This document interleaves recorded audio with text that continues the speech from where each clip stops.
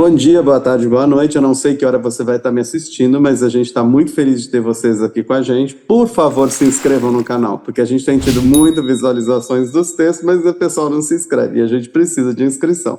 Soraya entende muito disso, que outro dia ela estava até lá falando sobre isso. E a gente está aqui com a Soraya Mendonça, tá? A gente se conheceu através da Associação Comercial de São Paulo, que eu acho que é um ambiente muito legal para você que é empreendedor que está por aqui, tá? E a gente vai falar hoje de uma coisa que muita gente trata como uma coisa distante, e hoje eu e Soraya vamos trazer ela para muito próximo da gente, porque na realidade ela está no seu dia a dia, e aí você vai entender por que a Soraya vai nos ajudar com isso. Então, hoje estamos com Soraya Mendonça e vamos falar de administração financeira. Eu acho que é um bom caminho. Soraya, por favor, se apresenta, conta para o povo quem é você, o que você faz, como você pensa, etc. Bom, fala galera, eu sou a Soraya Mendonça. Gostaria de começar aí agradecendo o Cosmo pelo convite, que já vem desde a plataforma, desde os textos, né, dos artigos, agora partiu para o YouTube, e para onde for a gente vai lá. Eu falo que eu nasci para conquistar o mundo e eu não paro antes de fazer isso. Então, seja escrito, seja em vídeo, seja em áudio, o importante é a gente disseminar a nossa mensagem aí. Eu sou educadora financeira, sou mentora empresarial, sou cientista contábil, sou empresária, sou filha, sou amiga, sou pisciana, sou... Gente, eu acho que o principal é a gente entender isso, que nós não deixamos de ser gente, né? Somos pessoas antes de qualquer coisa, e aí cheias de qualidades, sem falsa modéstia e com um montão de defeito, sendo bem realista.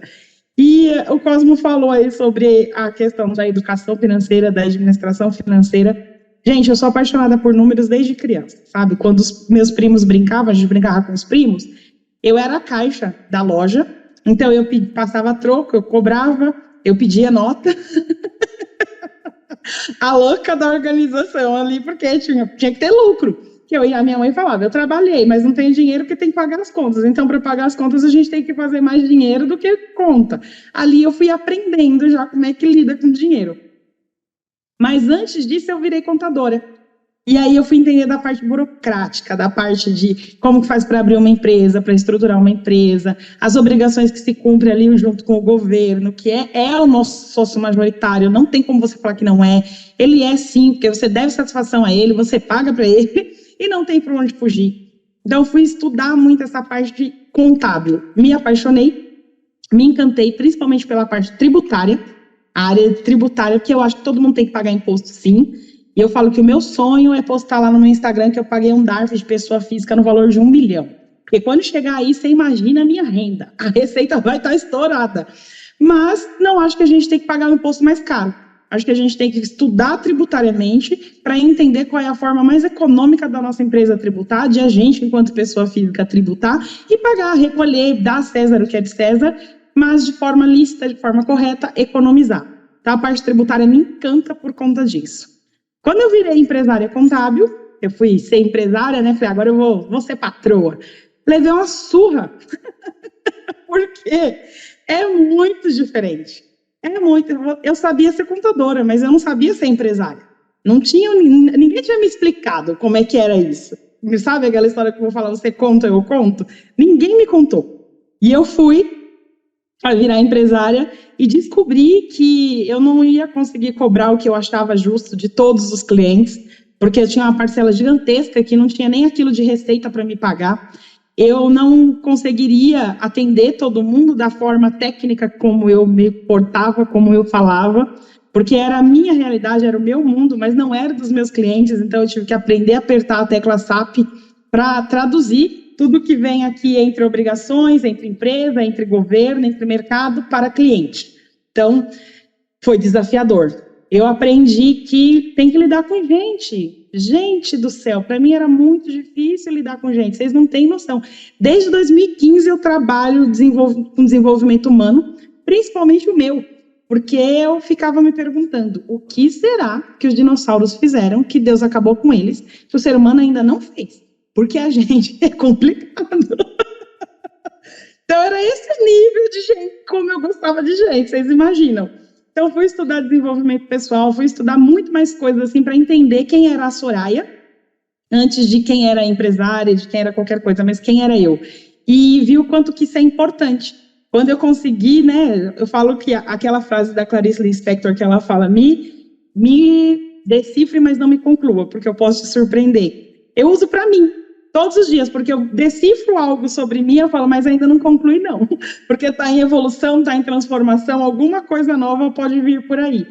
E isso faz muita diferença na empresa, né? Quando você é empresário, quando você vai lidar com gente, que você tem que lidar com o cliente acorda mal-humorado, vem, esteja em cima de você, e você fala, vou devolver, hoje eu vou dar de volta. Aí você fala, não vou, porque abre o fluxo de caixa aqui na cabeça, aí você fala, não, deixa ele xingar. Mas você acha um equilíbrio, né? Acho que isso faz muita diferença. E a educação financeira entrou na minha vida assim, por acaso. Eu praticava, eu levava até os clientes por uma questão de ver o que estava acontecendo. Dentro da contabilidade, a gente não tem muito essa vivência do dia a dia, né? A gente vê o depois. Fechou o mês, faz a folha de pagamento. Emitiu as notas, faz a emissão dos impostos. Então, era sempre depois. Fechou o ano, fecha o balanço patrimonial para ver se teve lucro ou prejuízo. E eu me sentia muito longe. Eu falava, cara, eu preciso estar mais perto, eu preciso estar no dia a dia. Depois que passou. Já não tem mais como remediar. Então, a gente precisa trabalhar no hoje. E descobri a educação financeira desta forma. Tinha muitas crenças. Nossa Senhora, apesar de trabalhar com contabilidade, de gostar de números, de nunca ter tido medo de número, eu tinha muita crença limitante, eu tinha muito dinheiro não é para mim, eu não posso fazer investimento, eu vim de uma família pobre, como que eu vou ser rica, como vou ser milionária, eu vou honrar minha família, eu não vou honrar. Se for para ser que nem fulano, eu prefiro continuar pobre, sabe? Todas essas crenças. E eu não sabia. Fui descobrindo conforme fui me estudando. E fui me estudando e falei, olha, dá para eu aplicar isso daqui em outras pessoas. Deixa eu entender. E assim como eu fiz na contabilidade, acho isso muito válido, sabe? Da gente falar que tudo que a gente pratica, a gente vai usar. Às vezes a gente está na escola, que nem tem muito guru de internet falando hoje, você não precisa fazer faculdade. Cara, como não? Eu lembro que no meu primeiro semana de faculdade, o meu professor, que era o Escatolin de TGA, Teoria Geral da Administração, como eu lembro, hein? Tem tempo, tem bastante, quase 20 anos isso. E ele falou, quem está aqui para se formar, para sair contador? Todo mundo levantou a mão, né? Todo mundo estava fazendo ciências contábeis para sair contador. Ele falou, esquece, vocês não vão sair daqui contadores. Vocês vão sair com a mente expandida, prontos para começarem a atuar na área. Ficou todo mundo revoltado. E quando eu terminei a faculdade, eu falei, ele tinha razão. Agora que eu vou começar a caminhada de descobrir o que é ser contadora. Mas não é perdido. Então, todas as experiências que você traz de uma área, você leva para outra e vai se compondo. Como contadora, lembra que eu falei que eu tive que aprender a apertar a tecla SAP para me comunicar com meus clientes, e eles entenderem o que é um balanço, o que é um fluxo de caixa projetado, o que é. É lucro, beleza, então vamos gastar. Não pode, calma, não é assim. O dinheiro da empresa não é teu, vamos separar, vamos projetar qual é o seu futuro, o que você pretende fazer. E então eu tive que aprender. Nas finanças eu pratico a mesma coisa. Pegar aquilo que parece ser tão complexo, parece ser tão impossível e trazer para a nossa realidade, para o nosso dia a dia. Quando eu vou palestrar, eu sempre falo, gente, finanças é 98% comportamento e 2% matemática. E esses 2% da matemática, a gente usa calculadora, a gente usa Excel, a gente soma no papel de pão, usa a ferramenta que for funcional para você. Agora, comportamento é você. Aí é a chavinha que está por trás de quem mexe com todo o dinheiro. E eu escuto com frequência. Mas você fala isso porque você é contadora. Então, você gosta de exatas. Bom, contábeis é uma ciência social, não é uma ciência exata. Então, eu não sou. Já ouvi Cosmos, você não tem noção. Uma vez eu fui dar uma entrevista e a mulher falou, como que você lida com pessoas já que você tem uma profissão tão fria e calculista? Eu me senti uma psicopata. Eu falei, não, mulher, não é assim, não. Se a gente não cuida das pessoas, se a gente não cuida de quem está por trás das pessoas nas empresas, as empresas quebram. E empresas são fontes de renda, realização de sonho, ali tem as pessoas, gira a economia, então não tem nada de frio e calculista. É quente, é aquecido, é com gente. E nas finanças a gente encontra a mesma coisa. Quem está nos assistindo aí pode pensar, eu não gosto de matemática. Beleza, não precisa gostar não. Para e pensa aí, quando foi a última vez que você utilizou fórmula de Bhaskara? Eu fui na escola. Sinceramente, foi na escola. Depois da escola, nunca mais eu usei. Agora, quando foi que você usou dinheiro? Pix, cartão, todo dia. Então, é sobre isso, finanças. É sobre a sua vida no dia a dia. Cosmo, fala aí, que eu já falei demais. Se deixar, eu não falo não. É que eu adorei. Mas, assim, o que eu queria dizer é exatamente nesse sentido, que as pessoas confundem um pouco as profissões. A gente estava até antes de entrar, a gente estava falando sobre a minha carreira. Eu fiz uma carreira também como você na área de matemática. que as pessoas tendem a dizer que tem muito número, que é muita matemática e tal. Tem muita matemática, mas existe uma coisa que eu sempre falo, que a maior prática que a gente tem é lógica. Você tem que entender os números. Os números sozinhos são simplesmente um monte de emaranhados de números. O que você precisa entender é para que serve aquele número. Quando você fala agora de caixa, diferença de pessoa física com jurídica, eu adoro, porque é exatamente o que eu falo com cada pessoa que vem conversar comigo. A pessoa está falando, eu falo assim, gente, ela não entendeu. Porque, na realidade, o número não quer sozinho, ele é isolado, ele é muito pobre, ele não quer dizer nada. O conceito do número, o que vem por trás do número é o que me interessa. Eu não consigo projetar o meu futuro sem entender o meu passado, sem saber o meu presente e sem saber onde eu quero chegar. Então, não é o número que eu vou chegar. Na realidade, eu quero saber aonde eu vou chegar e aí traduzir isso para número. Então, que eu acho que é muito o que você fala e que a gente fala a mesma coisa. Então, por isso que eu falei que no começo da entrevista estava ótimo. Mas, assim, eu acho que, assim, para o pessoal entender o que a gente está traduzindo, fala um pouco mais exatamente dessa tradução dos números. Então, faz daquele jeito que eu vejo muito nos seus textos. Palavras-chave que você usou, assim, por exemplo, conta bancária, caixa, Pix, é um número? Mas o que está atrás disso? Então, eu acho que você fala isso com uma propriedade que me chama a atenção. Se você puder, brinca um pouco com isso para a pessoa que está te ouvindo te entender e te gostar. Tá? Certo. Eu vou começar contando para vocês uma história. Eu sempre ouvia, quando eu comecei a palestrar, eu fazia o comercial, eu vendia, eu entrava em contato com as empresas, e aí eu ouvia assim, não, eu já estourei meu budget desse ano. E eu falava, gente, quem é esse budget? Comecei a pegar uma raiva desse budget. Que é isso? Que negócio é esse que fica me atrapalhando de vender minhas palestras e já estourou o budget? Quando eu fiz pós-graduação, presta atenção como a gente demora para entender conceitos financeiros por pura falta de pesquisa. Quando eu fiz pós-graduação em controladoria, eu tinha um treinamento para aplicar. Num sábado, o professor falou, a próxima aula é só de budget. Eu falei, não perco. Adiei eu pedi para outra pessoa dar meu treinamento, porque eu falei, eu vou entender o que é o budget, agora eu vou entender quem é ele que me bloqueia nas minhas palestras, nas minhas vendas, está me atrapalhando. Quando eu cheguei na pós, que ele falou o que era, eu fiquei em estado de choque. Eu falei, é isso? Eu faço isso, gente, como assim? Então, assim, budget, gente, que era o meu gremlin, né, o bichinho que me assustava, nada mais era do que o orçamento. Mas não aquele orçamento que você vai fazer, por exemplo, eu vou reformar minha casa. Então, eu vou orçar lá com o seu José, com o seu João e com a empreiteira, vou ver qual é mais barato. Isso é fazer orçamento comparativo. O orçamento que se trata do budget é quanto que eu vou ter de orçamento para investir em algo. Então, quando você vai fazer a reforma, antes de você pedir orçamento dos seus fornecedores, você já tem um orçamento. Eu posso gastar até 20 mil. Mais do que isso não vai. Esse é o seu orçamento. Então, 20 mil investido para reforma. E aí eu entendi que os budgets do povo que estava estourado eram os budgets direcionados a treinamento, já tinham gasto durante o ano. E eu falo, agora entendi. É esse orçamento, essa besteira, essa bestagem que estão falando. Por que complicaram? Por que trouxeram esse budget? E no marketing e em finanças, acho que são as duas áreas que a galera mais gosta de trazer termos, que você fala, gente, o que é isso? Que dificuldade é essa? É nada, gente. Olha para você, pega teu número e entende. É positivo? É azulzinho? Tá entrando? É saldo que você recebeu? Beleza, não importa se foi por Pix, se foi porque você se encaixou no budget de alguém, não importa, você sabe que aquilo é uma receita, é uma renda, entrou. Beleza. Tá negativo. O que é negativo? Saiu. E aí a gente comete o grande erro de não olhar esses dois números que são primordiais. Quanto entrou, quanto saiu. Para você saber quanto ficou. Se ficou no azul, gente, está positivo, está legal, vamos entender o que eu vou fazer com isso. Eu posso investir, eu posso aplicar para sonho, o que eu vou fazer. Se está no negativo, você olha de novo para eles e fala, onde eu vou melhorar? Eu tenho que diminuir as minhas saídas ou eu tenho que aumentar as minhas entradas?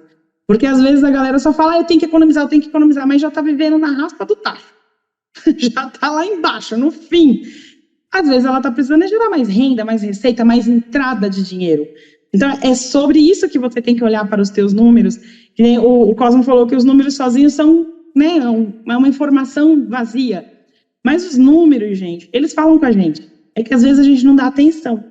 sabe? Tipo, marido e mulher quando tá discutindo, não tem sempre um que fala e o outro que tapa os ouvidos, é o número. Se você for a pessoa que tapa os ouvidos, você não vai conseguir entender o que é que ele fala. Quando você fala, peraí que eu vou prestar atenção no que é que ele tá falando para mim e entender o que eu tô fazendo de errado. E o que você tá fazendo de errado, muitas vezes é uma coisinha, um ajustinho, uma coisinha pequena, que com certeza nasceu no seu comportamento. Com toda certeza, a gente se vicia em dever, a gente se vicia em ter aquela adrenalina do vou conseguir pagar, não vou conseguir pagar. Nossa, dia 5 esse mês caiu no sábado. Então, será que vão antecipar meu salário? Porque se me pagar na segunda, lascou. A gente se vicia, isso é adrenalina. Então, o corpo da gente gosta desse tipo de hormônio. E fala, olha, eu quero de novo. Como é que eu vou fazer para ter de novo? Te lascando. Você fazendo você gastar sem você perceber, sem você dar atenção. Então, basicamente é isso. Para e olha para os teus números. É teu, de verdade, sem julgamento. Vocês não têm noção do tanto de gente que eu pego para atender que não faz a menor ideia de quanto que recebe. Se é autônomo, se é empresário, a gente ainda entende. Porque a gente tem mês que está lá em cima, tem mês que não está tão lá em cima. Então, você vai calculando numa média. Mas a maioria da galera não, é renda fixa ali. É sempre o mesmo salário. Muda uma vez por ano, só quando faz hora extra, mas a remuneração é aquela. E não sabe. Aí você fala, beleza, quanto que você gasta? Hoje mesmo eu atendi uma pessoa que ela falou, não, eu quase não tenho saída. Eu tenho A, B e C. Aí conversando, aí também o convênio. Eu falei, o convênio. Não, mas o convênio já é descontado na folha. Certo, mas você não deixa de receber? Então você pagou. Então tem que entrar no teu cálculo. Você tem que entender se esse convênio aí está sendo legal ou não. Não, mas a empresa não desconta. Porque tem a galera que paga aqui na Caleb, a gente paga o convênio médico para os colaboradores. E não desconta em folha. Então você fala assim, então ele não desconta. Isso daí entra como receita? Não entra como receita, mas entra como renda. Você gerou uma riqueza. A gente tem que ter muito clara essa geração de riqueza. Quanto é que eu estou gerando? É o meu trabalho que está pagando isso. Não cai um saldo lá na minha conta, mas eu estou gerando. Para a gente começar até a verificar o quanto que a gente é merecedor de gerar cada vez mais. Então, é muito importante a gente entender isso. Entrou dinheiro, positivo. Saiu dinheiro, negativo. O saldo ficou negativo, reavalia. O saldo ficou positivo, não precisa reavaliar? Sempre precisa. A gente sempre tem que dar uma olhadinha, falar o que dá para melhorar aqui, em termos de renda, em termos de custo, né? De quanto você está custando para viver aí. É sempre possível. Soraya, mas está tudo aumentando. Tá, concordo com vocês. Na minha vida também. A gente vai no mercado e antes que a gente comprava, agora você vai com 2 sacolinhas e gasta o mesmo que antes você saía com uma compra completa. Tá, então o que eu posso fazer para melhorar isso? A minha renda não vai mudar, eu sou de renda fixa, aqui eu tenho uma remuneração ser elitista, é isso. Então você não pode fazer uma renda extra? O que você é bom? O que você faz? O que você já sabe fazer? Porque tem uma galera querendo fazer renda extra assim, eu vou fazer um curso para eu aprender a fazer alguma coisa para gerar renda extra. Olha a armadilha, a pessoa está gastando para depois gerar. Então gera para depois gastar. Faz primeiro, depois você gasta. Tenha primeiro, depois você gasta. Aí você vai falar assim, então eu não posso viajar, não posso sofrer. Gente, pelo amor de Deus, tem que ter lazer, tem que valer a pena. Se a gente vive uma vida inteira só trabalhando, só gerando, só para pagar, só para entregar, você fala, cara, não tem aquele dia de descanso, de sossego, que você fala, eu vou fazer o que eu gosto. E o que eu gosto, às vezes, é ir no cinema, é numa praia, é num teatro, é almoçar bem. Se você nunca fizer isso, chega uma hora que você extrapola, é que nem dieta. Passa 2 meses no alface, no terceiro mês você está comendo boi. Porque comeu todinha a grama que ele comia, depois vai comer o boi. Então, as finanças é a mesma coisa, você tem que ser equilibrado. E você só vai estar equilibrado se você olhar de fato.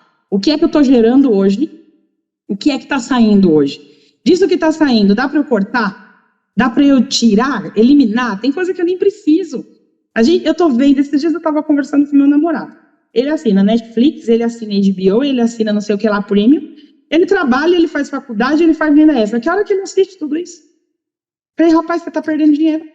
Porque você está pagando para ninguém assistir. Então, para com isso, cancela esse negócio, faz renda. Mas é pouco, é R$30. R$30 de cada já deu 90. R$90 você compra um fundo de investimento, fundo imobiliário que utiliza R$10 por mês. Aí, ó. Ele ficou olhando, eu falei, nisso, é nesse dia a dia mesmo, né? Olhar para dentro dos nossos costumes, dos nossos hábitos, do nosso dia a dia, da nossa casa, que a gente consegue trazer coisas novas para as nossas finanças. Não é olhar para fora. Porque às vezes a gente fala, é fácil, aquele lá já tem milhões. A primeira vez que eu fiz um treinamento com o Paulo Vieira, ele fala da métrica da riqueza. Eu aprendi a métrica da riqueza com o Paulo Vieira. E ele falou, eu estava assistindo, sentada nas minhas crenças, e eu assistindo, ele falou, já desde que eu namorava, eu e minha esposa só utilizamos 40% da nossa renda para pagar todas as nossas contas. E eu pensei imediatamente, lógico, imagina a renda dele. É fácil você pagar com 40% de 1.400.000, você vive, tá tranquilo, tranquilíssimo. E aí, enquanto eu pensava em sentada nas minhas crenças, ele falou, e isso desde que a gente tinha uma renda de R$2.500. Falei, toma, Soraya, julga.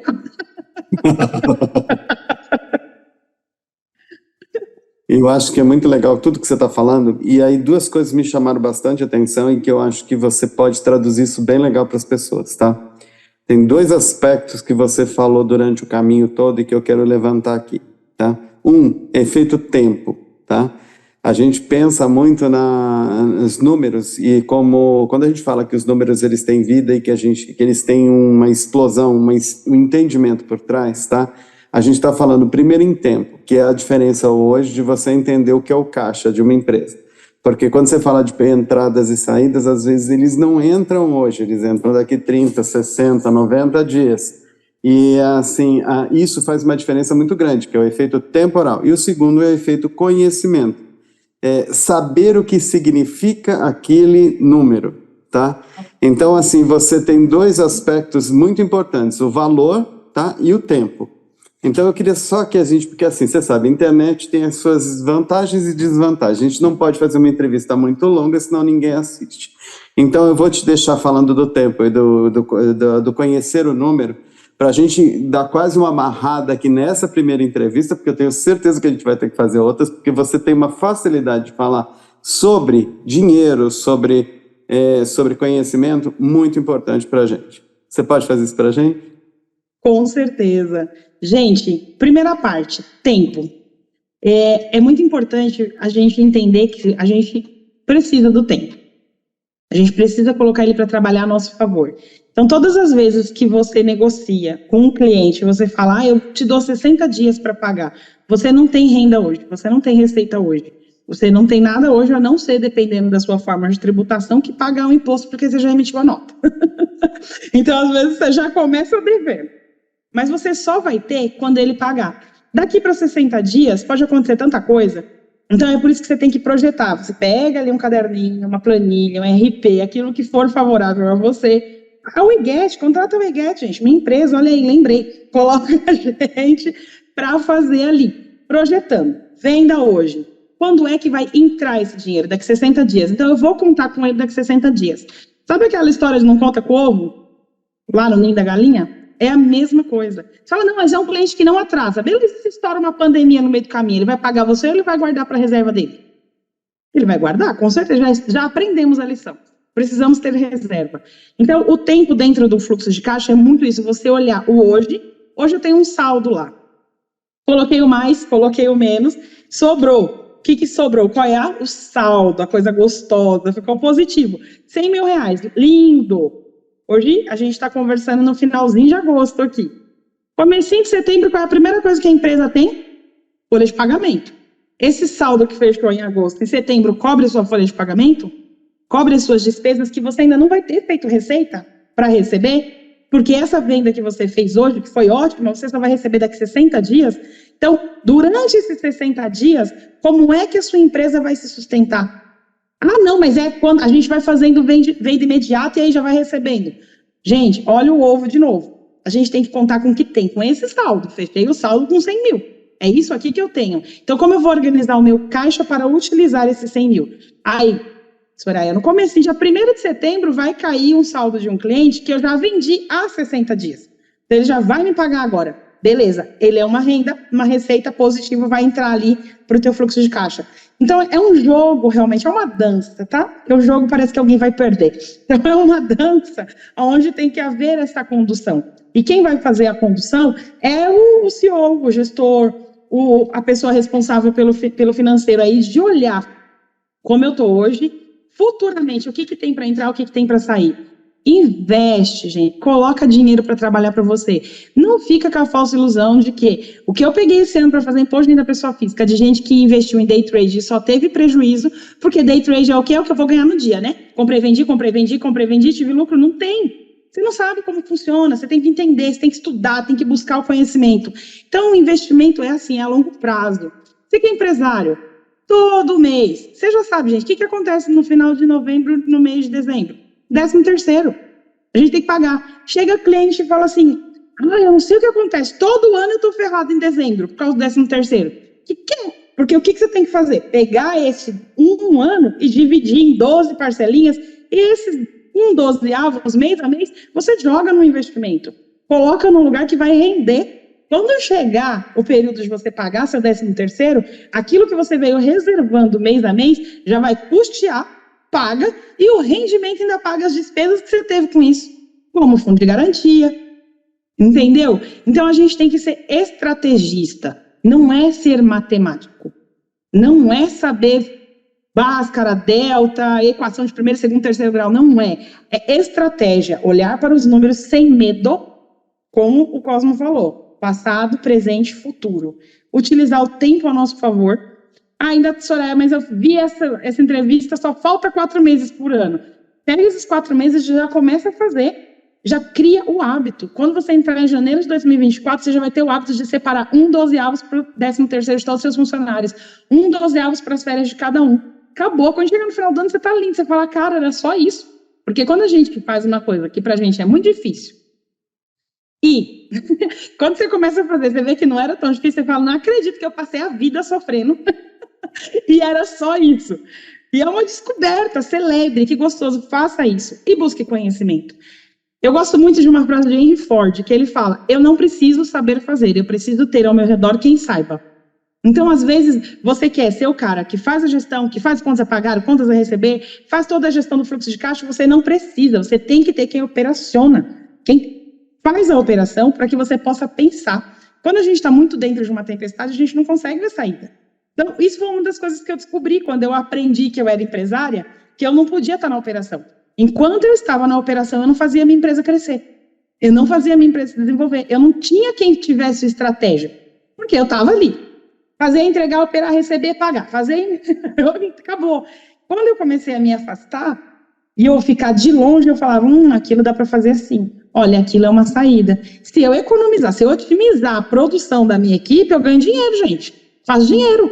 E o dinheiro que eu estou fazendo eu invisto. E coloco ele para trabalhar. Então, é olhar. Você precisa, obrigatoriamente, ser estrategista. E para você ser estrategista, você tem que estar com pessoas que buscam conhecimento. Você tem que buscar conhecimento. Você tem que ser aquilo que você quer.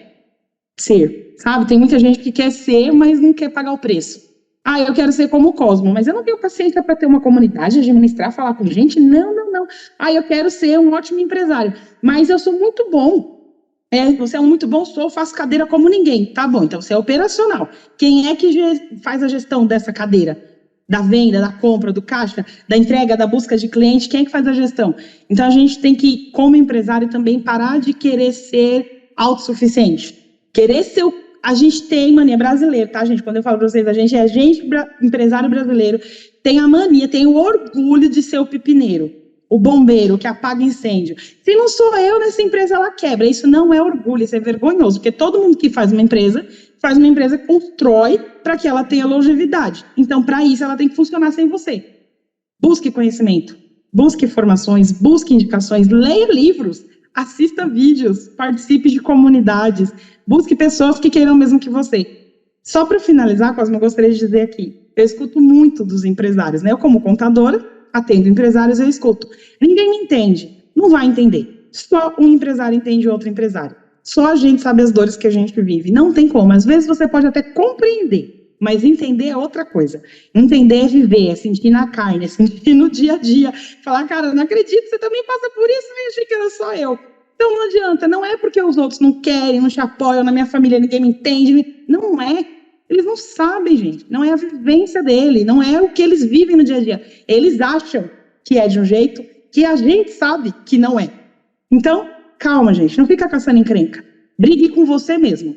Brigue para você se melhorar, para você buscar formas de crescer, principalmente como pessoa. Porque crescendo como pessoa, com toda certeza, você vai se obrigar a crescer como empresário.